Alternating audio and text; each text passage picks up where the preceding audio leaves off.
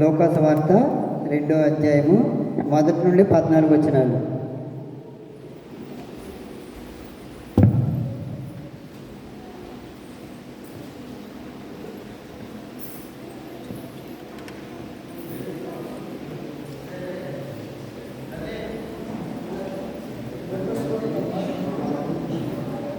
ఆ దినములలో సర్వలోకమునకు ప్రజాసంఖ్య వ్రాయబడవలనని కైసరు ఐగుప్తు వలన ఆజ్ఞాయను.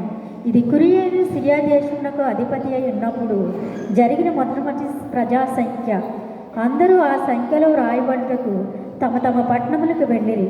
యోసేపు దావీదు వంశములోను గోత్రములోను పుట్టినవాడు గనుక తనకు భారీగా ప్రదానం చేయబడిన గర్భవతి అయి ఉండిన మరియతో కూడా ఆ సంఖ్యలో వ్రాయబడుటకు గలిలయను నజరేతు నుండి యూదాయలోని బెత్లెహేము అనబడిన దావీదు ఊరికి వెళ్ళెను. వారక్కడ ఉన్నప్పుడు ఆమె ప్రసవ దినములు నిండెను గనుక తన తొలిచూరు కుమారులు కని పొత్తిగుడ్డులతో చుట్టి శస్త్రంలో వారికి స్థలం లేనందున ఆయనను పశువుల తొట్టులో పరుండబెట్టెను. ఆ దేశంలో కొందరు గొర్రెల కాపరులు పొలంలో నుండి రాత్రివేళ తమ మందను కాల్చుండగా ప్రభుదూత వారి యొద్దకు వచ్చి నిలిచెను. ప్రభు మహిమ వారి చుట్టూ ప్రకాశించినందున వారు మిక్కిలి భయపడిరి. అయితే ఆ దూత భయపడుకుడి, ఇదిగో ప్రజలందరికీ కలిపోవు మహా సంతోషకరమైన సువార్తమానం నేను మీకు తెలియజేయుచున్నాను.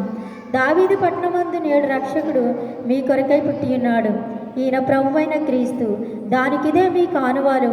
ఒక శిశువు పొత్తుగుడులతో చుట్టబడి ఒక తొట్టిలో పండుకొని ఉండటం మీరు చూచుదరని వారితో చెప్పాను.